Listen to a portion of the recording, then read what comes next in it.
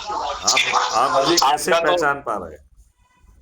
इसलिए पहचान पा रहा हूँ कि एक तो आपका नंबर सेव है। अच्छा। Hmm. Okay. Okay. It's great, it's great, it's great, it's great, it's great. जी। ओके। आपकी बहुत तारीफ मुझे मिस्टर कांसिंग ने जी ने की है। मैं कान सिंह आप निर्माण। जी, मैं आपसे हम्म। आपका परिचय आपके शब्दों में जानना चाहूँगा। नहीं नहीं, आप तो मेरे पास आए भी तो हैं। मैं आपके पास आया हूँ, कहाँ आया हूँ? हाँ, आप आए हैं, कौशाम्बी आए हैं मेरे पास। मैं जन संसद के जन संसद चलाता हूँ देश भर में, जन संसद से जुड़ा हूँ। Okay, okay, okay. आप जो है जो अच्छा, जिसमें वो 3 लोग थे, आप उसी में थे क्या? इसमें भला जो एक घर में हम पहुंचे थे जहां पर मिस्टर डेरी और बिल्कुल आप आए थे कौशाम्बी मेट्रो स्टेशन के बिल्कुल बाजू में, very true, Delhi very true. के पास। लेकिन उसमें तो मैं मायूस हुआ था। मुझे लगा कि तो आप लोग बहुत आप आज कहाँ, जोर की ढाणी में है क्या? नहीं, नहीं, नहीं, मैं भोपाल में हूँ। अच्छा। मैं ठीक है, भोपाल ठीक में है। हूँ। हाँ, क्योंकि मुझे लगा हाँ। कि आप लोग ऐसे छोटे ध्येय के साथ चल रहे हैं जो कभी जमीन पर नहीं हम्म। उतरेगा। क्योंकि हम्म। आपको इन्हीं नियम कानूनों के तहत पार्लियामेंट में पहुंचना होगा और नियम कानून को बदलना होगा। और लक्ष्य बिल्कुल ठीक बात है। लक्ष्य का भेदन करने के लिए तैयारी होना चाहिए। आप प्रक्रिया भेदन में लगे हुए हैं। आप लक्ष्य से दूर हम्म। प्रक्रिया फोकस कर रहे हैं। प्रक्रिया से कोई भला नहीं होने वाला है। लक्ष्य से भला होगा। हम्म।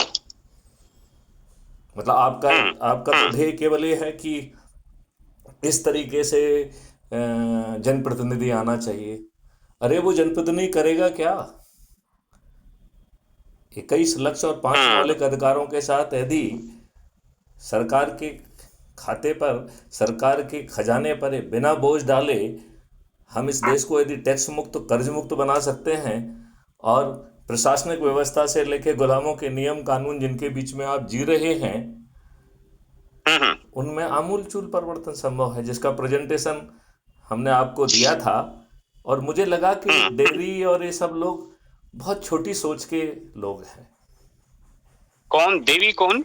मिस्टर डेरी, जो एक लड़का गोवा अच्छा, वाला जो था। डेरिल हाँ, डेरिल डिसूजा। अच्छा डेरी अच्छा। डिसूजा, ये छोटे बच्चे हैं, ना कुछ बात समझते हैं, छोटा छोटा कुछ कर लिया है। हम्म।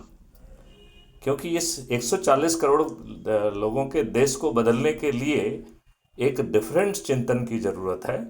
और ये देश देखिए, में आप अगर मुझे पहचान रहे हैं तो अब मैं मेरा पहचान नाम गया, है अब मैं रामवीर आपको खरे। बहुत अच्छे ढंग से पहचान और गया। मैं पार्लियामेंट हाउस में हूं और वहां पर एग्रीकल्चर बीट का हेड भी हूं। हम्म, नहीं, आप वही है ना जो जिसमें क्या नाम था वो, जिनसे मेरी बहुत चर्चा होती थी, राजस्थान के, I am forgetting his name, बहुत समय से उनसे चर्चा। राजस्थान के कि गुजरात के? गुजरात के, हाँ, गुजरात के पटेल जी। वो अशोक भाई पटेल। अशोक भाई। देखिए, आप वो थोड़ा सा उस चीज को अलग रख सकते हैं, क्योंकि एक्चुअली ऐसा कोई कॉलिशन या ग्रुप नहीं है हमारा। बल्कि अशोक भाई के साथ कुछ डिफरेंसेस मेरे हमेशा बने रहे हैं, आज भी हैं। ठीक है। तो मैंने जो एक बात कही है फिलहाल, वो मैं तो इस लाइन पर रहा हूं कि नो पार्टी नो पार्लियामेंट। तो तो इसकी जगह क्या होना चाहिए? पार्टी की जगह पब्लिक और पार्लियामेंट की जगह सिविल पार्लियामेंट। फिर आप मैं प्रोसेस पे आ गए। लक्ष्य को भेदन की बात ही नहीं कर रहे हो कि पार्टी ऐसी होना, पार्टी विहीन होना चाहिए, पार्लियामेंट होना चाहिए। प्रोसेस है। एंड रिजल्ट क्या हाँ होना हाँ। चाहिए, कानून को क्या होना चाहिए, टेक्नोलॉजी क्या होना चाहिए, कैसे हम जो है ना 21 लक्ष्यों के साथ इस देश को बदल पाएंगे, जहां के दुष्ट राजनेताओं ने 77 साल बाद नियम कानून बदले तो बिना आत्मा बदले वही गुलामों के नियम आपके ऊपर थोप दिए। हाँ बिल्कुल, उससे मुक्ति चाहिए। नहीं, लेकिन वो मुक्ति प्रक्रिया नहीं दे पाएगी ना, क्योंकि प्रक्रिया तो आप जैसे लोगों के पास है, प्रक्रिया से चिंता नहीं नहीं, है वो ज्यादा। प्रक्रिया नहीं है, मॉडल है वो। और वो मॉडल हम्म बहुत आसान सा है कि 4 सरल उपाय करो, 100 करोड़ हो जाओ, ये राजनेता बेबस हो जाए तो इनके माध्यम से, नहीं तो फिर जो है ना अपने चंद्रगुप्तों को, जो अधिक से अधिक लोगों को जोड़ेगा उन्हें टिकट दे देंगे, क्योंकि सांसद में तो पहुंचना होगा। हाँ ठीक है। सांसद में तो पहुंचना होगा, बिना सांसद में पहुंचे कोई बदलाव संभव नहीं होगा। और टेक्नोलॉजी का बहुत बहुतायत में यूज करना पड़ेगा, क्योंकि आदमी ठीक नहीं है, उसकी प्रवृत्ति भ्रष्ट हो चुकी है। और इन हम्म इन लोगों ने फ्रीबी दारू साड़ी का जो है ना वो कर दिया है। और आज की जो राजनेताओं की चक्की है, वो इतनी दूषित हम्म, चक्की है कि उससे कोई अच्छा भारत पैदा ही नहीं हो सकता है। इनका ना जी सोच है, जी। ना चिंतन है, ना शिक्षा है, ना चरित्र है, ना विजन है। ये कुछ कर ही नहीं सकते। हम्म। तो अब सवाल उठता है कि हम प्रक्रिया में उलझे रहें या एंड रिजल्ट में के लिए सब लोग साथ में आ जाएं और लोगों को वो दिव्य दर्शन कराएं कि साहब महापरिवर्तित भारत ऐसा होगा। और इस महापरिवर्तित भारत को जमीन पर उतारने के लिए भारत सरकार के खजाने से एक पैसा नहीं लिया जाएगा। यहाँ तक कि भारत सरकार को उल्टे 20 गुना पैसा पहुंचा दिया जाएगा। और भारत हम्म देश के जो है ना लोगों को डायरेक्ट इनडायरेक्ट टैक्स, कोई टैक्स नहीं देना होगा, टैक्स मुक्त भारत होगा। हम्म। जहां पर जो है किसी व्यक्ति को कर्ज नहीं लेना होगा, क्योंकि हर व्यक्ति के पास एक कल्प वृक्ष अकाउंट होगा। आवश्यकता पड़ने पर बिना मांगे वहां से पैसा आपके पास फ्लो हो जाएगा। और जब आप कमाएंगे तो वो अपने आप वापस हो जाएगा। और यदि आप नहीं कमा पाएंगे तो वही कल्प वृक्ष अकाउंट आपके पास जो है ना श्रेष्ठ एक्सपर्ट्स की जो है ना टीम भेज देगा, जो आपके पोटेंशियल का आकलन करके, उसकी शिक्षा, उसका हुनर देके, टूल्स टेक्नोलॉजी देकर, उसमें ट्रेन करके आपको उस कार्य में लगा देगा जो आपके माँ बाप ने नहीं किया है, जो आपके माँ बाप ने भी नहीं किया है। बात समझ रहे हैं आप? हाँ हाँ बिल्कुल समझ रहा हूँ। तो अब सवाल उठता है कि हमें प्रक्रिया में उलझा रहना है या लोगों को उनके लाभ को दिखाते हुए। नहीं, आप ये कह रहे हैं, आप ये कह रहे हैं कि बिना सरकार के ही सरकार को 20 गुना पैसा दिया जा सकता है, सरकार से एक पैसा लेने की जरूरत नहीं है। यस, आई एम सेइंग वगैरह वगैरह। Yes yes, I am saying that. हाँ, लेकिन लेकिन लेकिन फिर अगर ऐसा है तो फिर सरकार बनाने की जरूरत भी क्या है?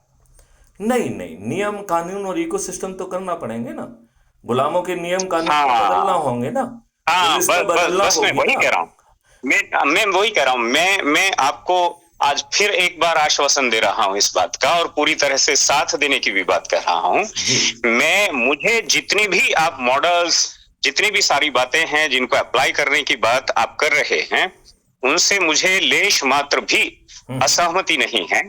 मेरा बस केवल और केवल इतना चिंतन है कि हमें एक रनवे तैयार करना चाहिए जिस पर जो प्लेन को उड़ाने योग्य हो। ठीक है, देखिए, अब वो जिसके पास में प्लेन है वो अपना उड़ा लेगा। रामवीर जी, मैं ये कह रहा हूं कि हम पूरी प्रक्रिया को 2 भागों में बांटें। हाँ पहला भाग है जो अवेलेबल मॉडल्स हैं उनको रिफाइन करके, उसमें यदि कोई गैप्स हैं, कुछ लेकुनाज हैं, कुछ रिफाइनमेंट की ज़रूरत है, टेक्नोलॉजी में कुछ रिफाइनमेंट की ज़रूरत है, तो अब हम इस पड़ाव पर हैं कि ये करना कोई बहुत कठिन काम नहीं है। लेकिन इसे तो हम शांति से तब भी कर सकते हैं जब आप शक्ति के आधार पर इन राजनेताओं को बेबस कर पाएंगे, तो देश विदेश में बैठे हुए भारतीय और इवन विदेशी भी इस काम में लगाए जा सकेंगे। क्योंकि जब धन की प्रॉब्लम नहीं है तो फिर तो कोई प्रॉब्लम ही नहीं बची ना। यहाँ धन की प्रॉब्लम नहीं। आप सिर्फ प्रेशर ग्रुप की बात तो नहीं कर रहे हैं? नहीं नहीं नहीं नहीं, ये तो प्रेशर ग्रुप नहीं, ये तो अल्टरनेट ऑप्शन ग्रुप है कि यदि नहीं मानोगे, ये जो मैं जो कुछ भी कह रहा हूं, ये 5 गांव है महाभारत के। यदि ये नहीं दोगे तो महाभारत होगा जिसमें हमारे चंद्रगुप्त और महाचंद्रगुप्त सभी 543 आज के नेताओं को हरा देंगे और एक महापरिवर्तित भारत को जमीन पर उतार देंगे। एक भी राजनेता नहीं जीतेगा, इंक्लूडिंग माननीय नरेंद्र मोदी जी, जिन्होंने पिछले 10 वर्षों में अपने नाम का डंका बजवा दिया है, जिन्होंने ये कहलवा दिया है कि मोदी है तो लेकिन मुमकिन है। लेकिन लेकिन लेकिन डीजीपी साहब, फिर भी ये हो नहीं पा रहा है, और आपने 2-3 आप चुनावों में वो अपने आंखों के सामने से नहीं लोगों को, नहीं नहीं नहीं, पार्टियों को ये अभी जीतते हुए चुनाव देखा। उनाव सब भूल जाइए। हमें लोगों को उनका लाभ दिखाते हुए उनको अच्छे भारत का संकल्प दिला के जोड़ना होगा। जब हम 100 करोड़ होंगे तब ये बात बनेगी। आज तो आप जो है ना को मूर्ख बनाया जा नहीं, रहा है। तो मेरा ये कहना आज है, तो ये एग्री देखिए ना, एग्री। आप एक सीट नहीं जीत पा रहे हैं दिल्ली जैसी जगह में, कांग्रेस एक सीट नहीं जीत पाई। नहीं, तो मेरा ये कहना है कि फिर आप अपने घोषणा पत्र को लेकर सामने आइए, उसको एक्सप्लोर कीजिए, नहीं नहीं उसको नहीं, कोई एक्सप्लोर नहीं करना है। सीधे लोगों को ये कहना है कि भैया ये भारत है, ये मेथोडोलॉजी है, अब आप अपने आप को 2 भागों में बांटो। यदि आप अपने आप को विशेषज्ञ मानते हैं तो मॉडल्स को हम टास्क फोर्स बना देते हैं, उसके रिफाइनमेंट पे काम करो। यदि यदि आप जो है जनता से जुड़े व्यक्ति हो तो अपना लाभ समझो और लोगों को संकल्प दिलाओ। और लोगों को संकल्प दिलाने के लिए बहुत सारे आसान से मॉडल दे दिए गए हैं। हम 9 दिन में 100 करोड़ हो जाएंगे। इस मॉडल से अभी 16,000 लोग जुड़े हुए हैं। यदि ये प्रतिदिन एक व्यक्ति को जोड़ने का संकल्प जो उन्होंने लिया है यदि उसे पूरा कर देंगे तो 24 दिन में हम 100 करोड़ होंगे। लेकिन सवाल ये है ना कि प्रतिबद्धता नहीं है, संकल्प लेने के बाद भी कुछ नहीं करते हैं, यहां तक कि ऐप भी नहीं खोलते हैं। तो फिर मेरा मानना ये है कि यदि आप अच्छे भारत का संकल्प नहीं ले सकते हैं तो मैथिली शरण गुप्त समय के पहले प्रयास कर रहे हैं। आपको अच्छा भारत मिलने का कोई कारण ही नहीं बनता है। तुम्हारे नसीब में और तुम्हारे बच्चों के नसीब में यही दुष्ट जो व्यवस्था रहेगी, जिसमें आप तड़पोगे, जिसमें आपका पानी खराब हो जाएगा, वायु खराब हो जाएगी, हर चीज खराब हो जाएगी, आपको बेचा जाएगा और आपकी जो है जायज मुकदमे कायम नहीं होंगे और आपके ऊपर दबाव बनाने के लिए झूठे मुकदमे कायम होंगे। निर्दोषों को दोषी करार करके जेल में भेज दिया जाएगा। आप बरसों बरस प्रक्रिया से उलझते हुए बर्बाद हो जाएंगे। यही आपका नसीब है। क्योंकि जो व्यक्ति अच्छे भारत का संकल्प नहीं ले सकता है उसे अच्छा भारत क्यों मिलना चाहिए? ऐसे उसे मिलना ही नहीं चाहिए।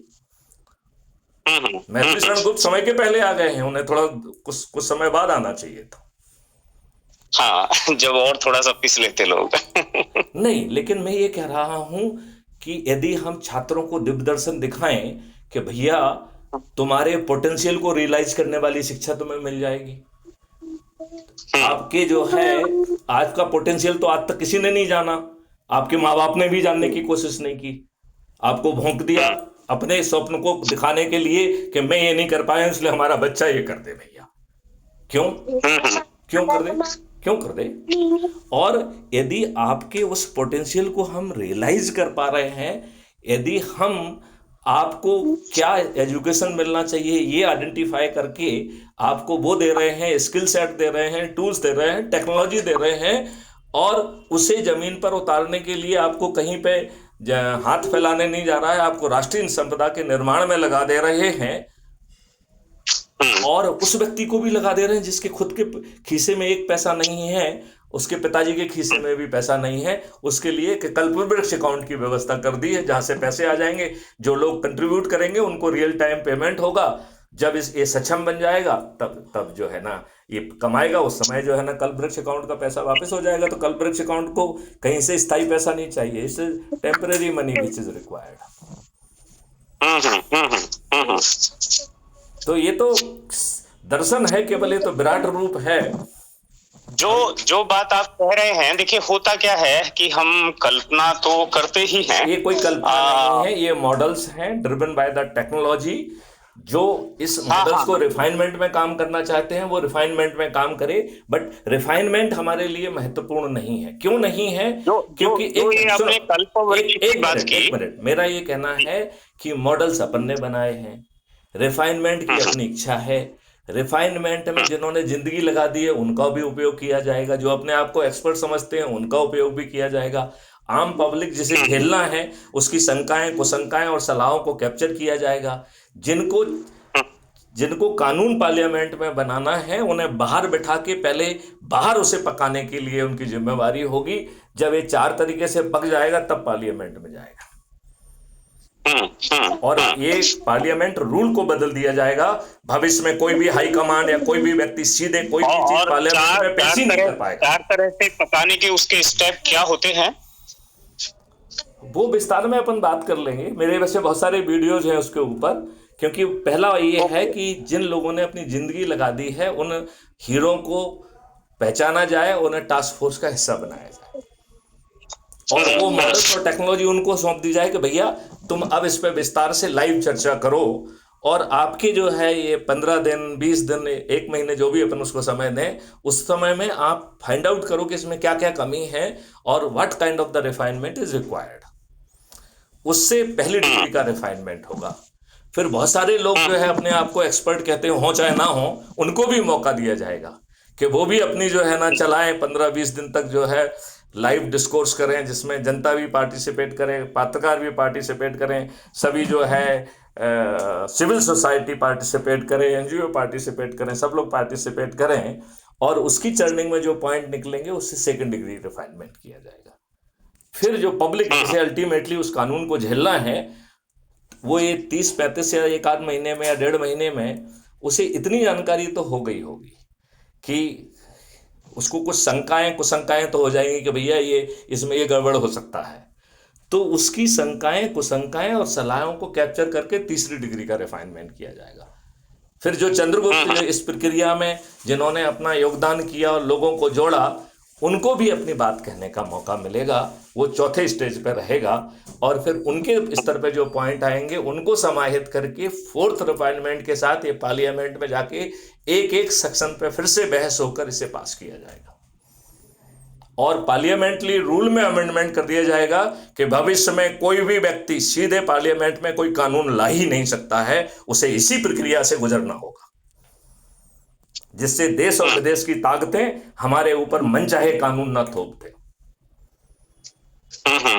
ये वो देश है जहां पे 55 कानून संविधान की मूल भावना के विपरीत, आपके फंडामेंटल राइट के विपरीत आपके ऊपर थोप दिए गए। हम अपने आप को विद्वान कहते हैं, हमें लज्जा ही नहीं आती, हम मानने के लिए तैयार ही नहीं है कि हम कोई विद्वान नहीं है। हम दुष्ट हैं, अपने अर्थ लाभ के लिए, अपने जीवोपार्जन के लिए, अपने बच्चों के जीवन पार्जन के लिए हम जी रहे थे, और जो whatever the best we could do for our family we did that only. हम कोई विद्वान नहीं है, हम कोई विद्वान नहीं है। ये बताइए ना, वर्शिप प्लेसेस एक्ट जैसा घटिया कानून नरसिम्हा राव की लंगली लूली कोलिशन गवर्नमेंट ने पास कर दिया। उसने एक आर्बिट्रेरी डेट ले ली कि 15 अगस्त 1947 को जो स्टेटस को होगा वो मेंटेन किया जाए। भैया भारत के साथ जो कुछ भी गड़बड़ हुआ था 15 अगस्त 1947 के पहले ही हुआ था। क्या ये भारत माता से ये कहने की कोशिश की गई है, रे भारत माता तू गुलामों की मां है, तेरे चेहरे पर जो समय समय पर आतताइयों ने घाव किए हैं तू उन्हीं घावों के साथ जी? क्योंकि आपके जो ये बौद्धिक रूप से जो अपने आप को विद्वान कहते हैं वो इतने घटिया लोग हैं कि वो किसी चीज को क्वेश्चन ही नहीं कर पाते हैं। आप बताइए उसका संपत्ति ने क्यों कह रहा है कि जो भी जो है ना विवाद कोर्ट में लंबित हैं वो इसी सिद्धांत के तहत बंद कर दिए जाए, और उसका सेक्शन 4 कह रहा है कि कोर्ट को जो है ना भविष्य में कोई परवाद जो है ना संज्ञान लेने का हक ही खत्म हो गया है। मैं तमाम जो है ना इन मजिस्ट्रेट से पूछ रहा हूं जो रोज सर्वे करा रहे हैं कि भाई साहब आप मूल स्वरूप को किस नियम के तहत खोज रहे हो? 15 अगस्त 1947 को जो स्टेटस है उसी को मेंटेन करने के लिए आप कानूनी रूप से बाध्य हैं, लेकिन चूंकि हम हिंदू हैं, हमें अच्छा लगता है, इसलिए हम तालियां बजा रहे हैं, ये जानते हुए कि वो मजिस्ट्रेट जो मूल स्वरूप को जानना चाहता है, मूल स्वरूप जानने का उसे कोई हक ही नहीं है। उसको सबसे पहले वर्शिप प्लेसेस एक्ट को रिपील करना चाहिए। हमारे कोई विद्वान ये कह ही नहीं रहा है कि वर्शिप प्लेसेस एक्ट को रिपील करो। भाई साहब मोदी जी आपने तो इतना समय निकाल दिया, लोकसभा राज्यसभा में मेजोरिटी भी हो गई, क्या कर रहे हैं आप? मूर्ख बनाएंगे, कब तक मूर्ख बनाएंगे? आप ये बताइए आर्टिकल 35A जो संविधान में पैदा ही नहीं हुआ, जो पार्लियामेंट में कभी गए ही नहीं है, क्या पार्लियामेंट में बिना गए कोई कानून जो है इस देश के संविधान के अनुसार बन सकता है क्या? तो वो प्रेसिडेंट का नोटिफिकेशन तो था, प्रेसिडेंट को कोई अधिकार नहीं है बिना पार्लियामेंट के कोई आर्टिकल बनाने का। है अधिकार? बताइए आप मुझे, रामवीर सिंह जी, क्या इस देश के संविधान ने प्रेसिडेंट को यह अधिकार दिया है कि वो कोई आर्टिकल को मैन्युफैक्चर कर दे? लेकिन कई बार कैबिनेट करा लेती है, अपना डिसीजन किया अब और आप वहां से हाँ, ऐसा भी होता है, कोई क्रिकेट का मैच नहीं है। लेकिन ये क्रिकेट का मैच नहीं है। तो जो चीज संविधान में आई नहीं है, मोदी जी ने उसे हटाया कैसे? उसे शून्य घोषित करना चाहिए था, और उसकी आड़ में जो गड़बड़ी हुई, जो लोग सफर किए उन्हें कंपनसेशन भी मिलना चाहिए था। लेकिन मोदी जी तो उन्हीं के साथ जो है ना पार्टी कर रहे हैं, उनके फोटो भी जारी कर रहे हैं, वो उनको लंच दे रहे हैं। ये कौन, ये सब बातें कौन कहेगा? रामवीर सिंह जी, अगले बार अपन विस्तार में बातें करेंगे। अभी इस चर्चा को यहीं विराम देते हैं, और हमारी हर चर्चा रिकॉर्डेड होती है। तो आप जो है देश के नाम क्या संदेश देना चाहेंगे? देखिए, मेरा तो इतना ही कहना है कि देश में ना तो माइनॉरिटेरियम गवर्नमेंट होनी चाहिए, ना मेजोरिटेरियम गवर्नमेंट के पीछे पड़े हुए हैं आप।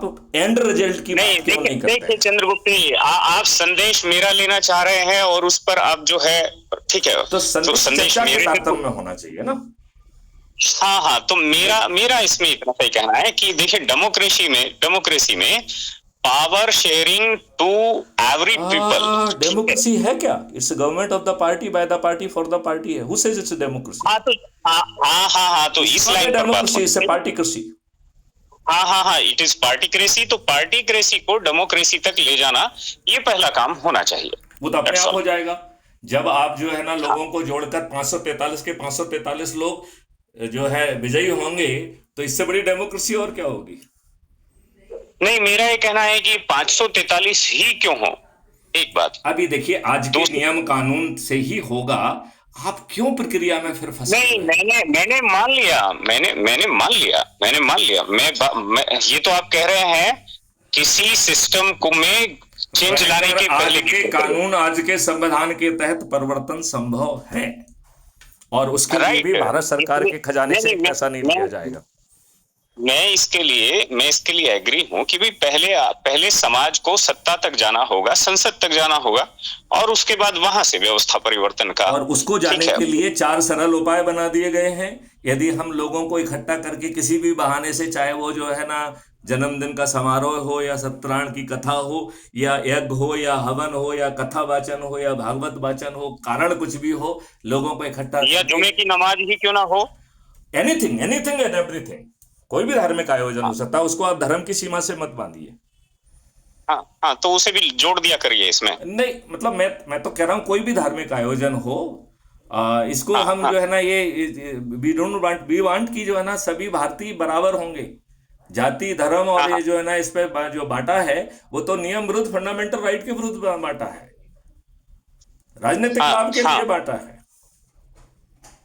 आप ये बताइए, आपने मुसलमानों को एक देश दे दिया, बचे हुए देश में तो भाई साहब सभी लोग बराबर रहे, सभी जाति के, सभी धर्म के, सभी संप्रदाय के लोग। बिल्कुल। और हम विद्वान लोग कहते हैं कि साहब रिजर्वेशन या बाकी चीजें जो है, it is a favourable discrimination. अरे, discrimination is discrimination. There is nothing like positive and negative discrimination. It may be positive to some, it bound to be negative to others. ये सिर्फ इससे सिर्फ लफेबाजी है, सिर्फ लफेबाजी है। और आपका संविधान है क्या? 80% तो जो है ना गवर्नमेंट ऑफ इंडिया एक्ट का है। जो 20% दादा बाबा अम्बेडकर लाए, उन्हें नेताओं ने कभी माना नहीं है। तो फिर लेट्स नॉट टॉक। लेकिन हमें इसी संविधान में, इसी प्रक्रिया में, इन्हीं राजनेताओं को या तो विवश करना होगा या पराजित करना होगा। उसके लिए बहुत सरल उपाय निकाल दिया है, लोगों तक पहुंचाओ और जोड़ो, बात खत्म हो गई। ये जो है अशोक भाई पटेल जी नहीं कर पाएंगे।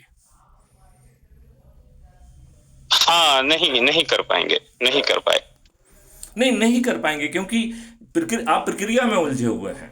लोगों को दिग्दर्शन दिखाइए। लोग भूखे हैं, लोगों को मूर्ख बना दिया है, लोग फ्रीबी के आदी हो गए हैं, लोग दारू के आदी हो गए हैं। मैं यहाँ देखता हूँ कि लोग बाग भोजन नहीं करते हैं, लोग बाग दारू पीते हैं और नमकीन खाते हैं, उनके शरीर में 8 घंटे मेहनत करने की जो है ना शक्ति खत्म हो चुकी है। लेकिन मेरा ये कहना है कि लोगों के पास जाने के लिए और उन्हें बताने के लिए कोई एक सरल सा चाहे वो 2 पेज का ही हो, वो कोई एक या पूरा एक डिक्लेरेशन हो, घोषणा पत्र हो। ऑलरेडी है और आपको प्रेजेंट भी किया है, और उस प्रेजेंटेशन में आप उपस्थित थे, और वो मैंने प्रेजेंट किया था, जिसमें आप सहमत थे कि हाँ इसके सभी पॉइंट ठीक हैं। उसमें पार्टी विहीन प्रजातंत्र भी एक पॉइंट था, जिसमें खर्च विहीन चुनाव व्यवस्था भी एक पॉइंट था, जिसमें जैविक खेती भी एक पॉइंट था, जिसमें जो है ना गायों की संख्या 10 गुना बढ़ाने का भी प्लान था, जिसमें जो है ना 5 सर्टेनिटी के साथ जो है अपराध मुक्त भारत का भी प्लान था। सब कुछ जिसको जो चाहिए वो मिल जाएगा, जिसको नहीं दिख रहा है वो मैं दिखा दूंगा, और यदि उसको फिर भी लगता है तो उसको जोड़ देंगे उसमें। लेकिन लक्ष्य ड्रिवन होना चाहिए, मछली की आंख दिखना चाहिए। आप लोग प्रक्रिया में फंसे हुए व्यक्ति हैं। और सबसे बड़ी बात तो हमें ये बात कहना पड़ेगी कि हम विद्वान नहीं हैं, क्योंकि हमारी विद्वत्ता तेल लेने गई है। हम अपने आर्थिक लाभ के लिए अपनी विद्वत्ता को यूज कर रहे हैं। परिणाम जो है वो भी तो प्रक्रिया की ही उपज है ना। कौन सा? कोई भी परिणाम प्रक्रिया की ही तो उपज होती है ना। नो, इसमें प्रक्रिया डिजाइन हो रही है ना, इसमें प्रक्रिया नहीं, इसमें मॉडल्स हैं, टेक्नोलॉजी है, और उसमें रिफाइनमेंट की प्रक्रिया है, कोई चीज थोपी नहीं जा रही है। देयर इज नो थोपा थापी। और हम तो उल्टा कह रहे हैं कि बाद वाले जो है ना राजनेता भी कुछ थोप नहीं पाएंगे, उन्हें इसी प्रक्रिया में गुजर के रिफाइनमेंट करना होगा।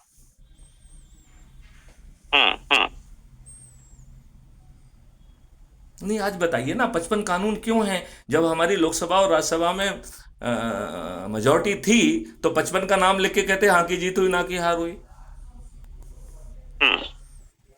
क्या प्रॉब्लम है भाई? हम सबको समान कर रहे हैं ना, इसमें किसी दूसरे व्यक्ति को आपत्ति क्यों होना चाहिए?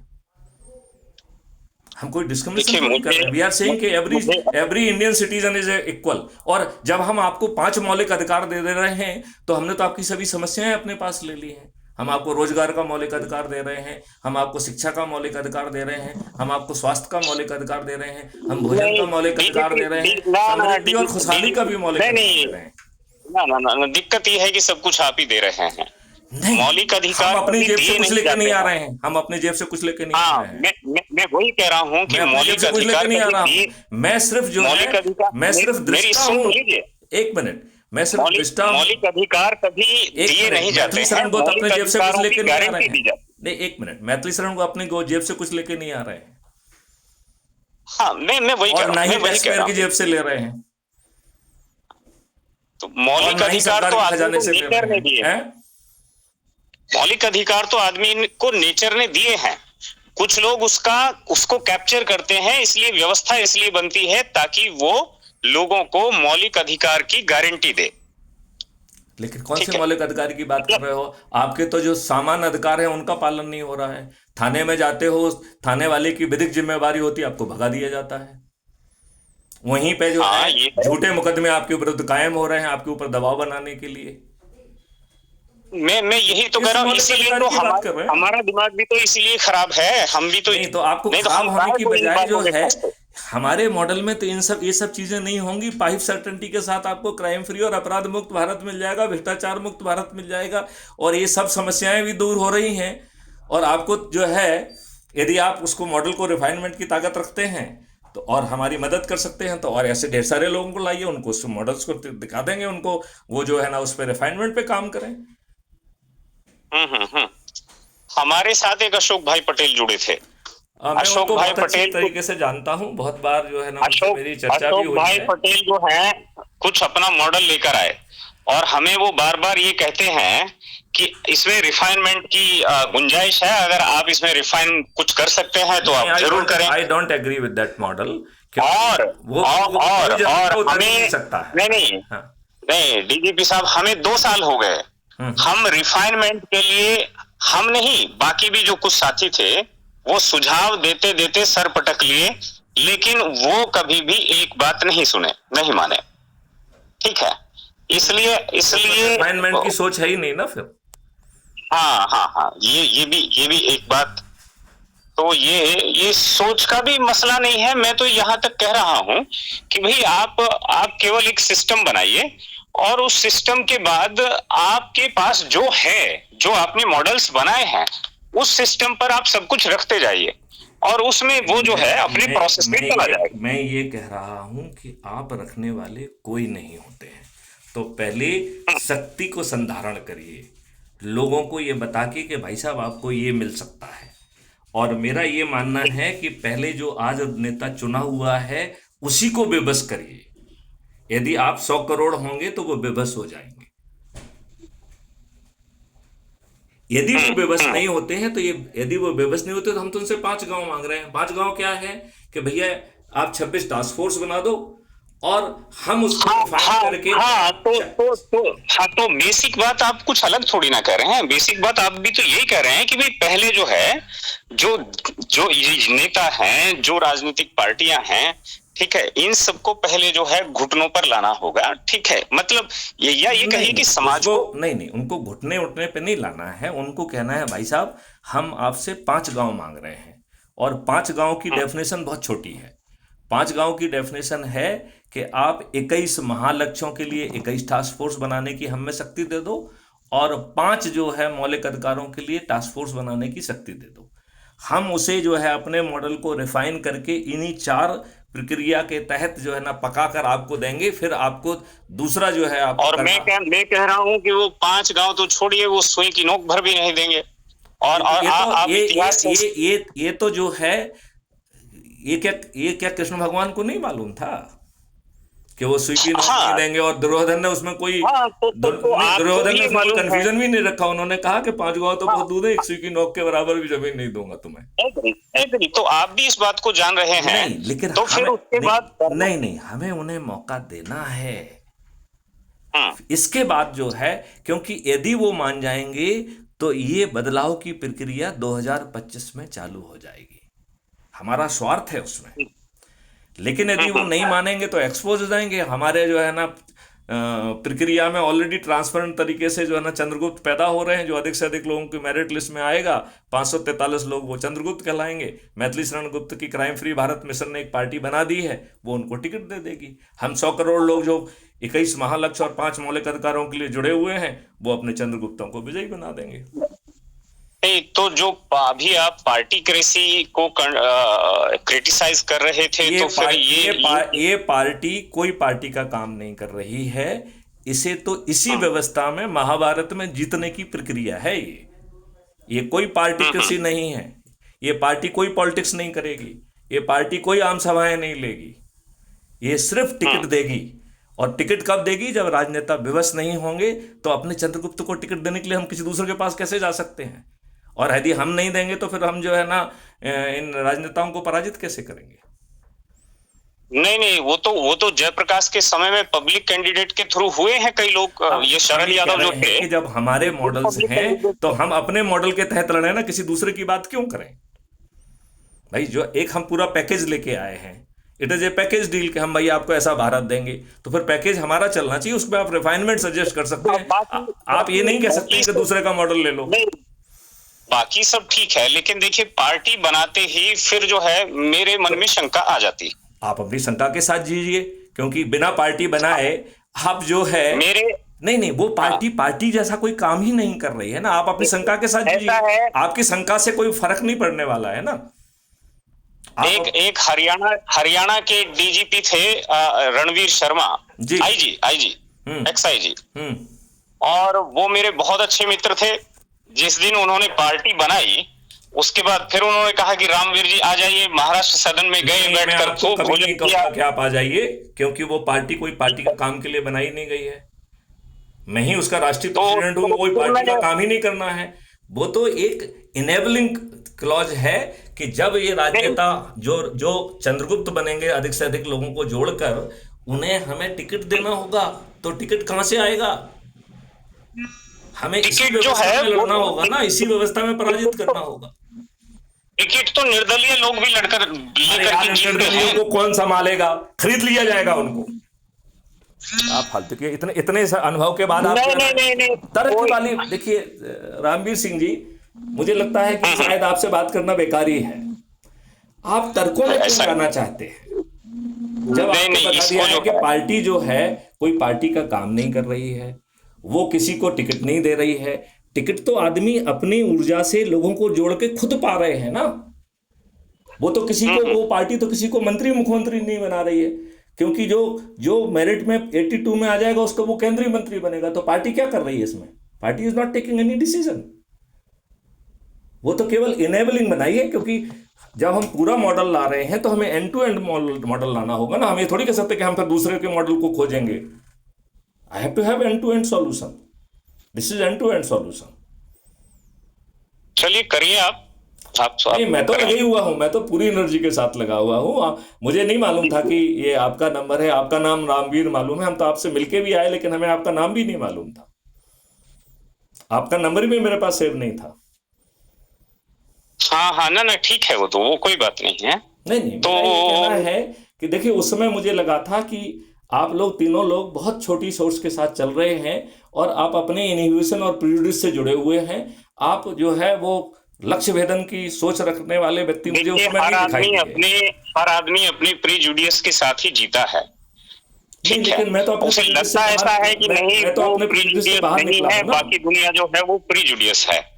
नहीं, लेकिन यदि कोई जो है ना, यदि कॉस्मिक विजन्स के साथ काम कर रहा है तो कॉस्मिक विजन में तो जो है प्रेजुडिस के लिए कोई जगह ही नहीं है। He has to be open and everything has to be dynamic, क्योंकि nature itself is evolving. You cannot live with the fixed thing. You have to modify and adopt the things as per the requirement. And there is a survival of the fittest. जो adopt करेगा वही survive करेगा। जो modify करेगा वही survive करेगा। This is the nature's principle. किसी के prejudice के लिए कोई जगह नहीं है, चाहे वो मैथिली शरण गुप्त हो, चाहे वो रामवीर सिंह हो। बिल्कुल ठीक बात है। और इसके अलावा एक बात ये भी है, देखिए हमारे पास कुछ बातें हैं, आपके पास कुछ बातें हैं। इससे भी महत्वपूर्ण ये है कि आपकी एफिशिएंसी, वर्क एफिशिएंसी, या आप चीजों को कर ले जाते हैं, ये इस पर डिपेंड